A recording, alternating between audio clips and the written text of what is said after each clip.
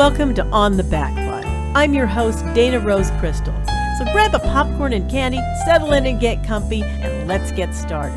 I bet you don't know the name of the very first animated superstar of the silver screen. I'll give you a clue. He is almost all black with a white muzzle and big round eyes and a black nose. If you said Mickey Mouse, you were wrong. Because 10 years before Mickey's debut, a black and white cat named Felix was the biggest cartoon star in the world.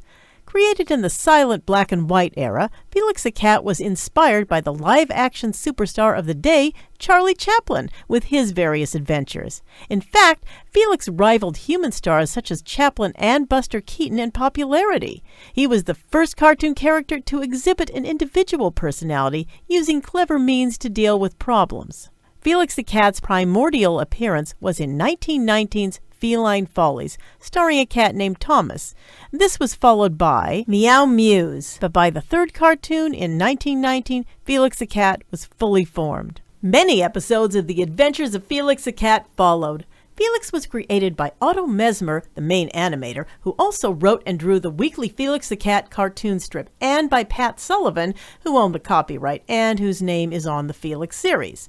Felix the Cat was a worldwide sensation. He was adopted as a good luck mascot for athletic teams, for people's cars, and even for pioneering aviators. A big picture of Felix was painted onto the airplane flown by Charles Lindbergh on his famous trip across the Atlantic. Felix was extremely popular in England, and Queen Mary famously brought home a model of the cartoon cat to her husband, King George V, and their son Edward, the Prince of Wales, made him mascot for the British polo team. Felix the Cat merchandise was one of the hottest things of the 1920s. However, creator Pat Sullivan despaired of seeing any royalties due to so much unlicensed merchandise. Felix the Cat was also duplicated by rival animators, Paul Terry of Terrytoons, and even Walt Disney, whose series Alice's Wonderland featured a cartoon cat clone of Felix by the name of Julius.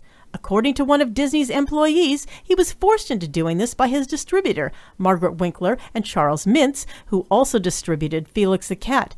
These self-same distributors later gave Mr. Disney a very hard time because they appropriated Disney character Oswald the Rabbit and most of his animators.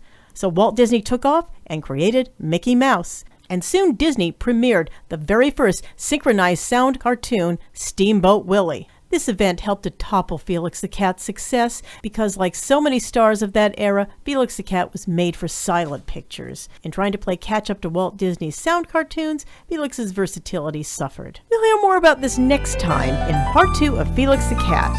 Join us again next time for On the Backlot. I'm Dana Rose Crystal. Be sure to tune in Forgotten Hollywood with Manny Pacheco every Sunday.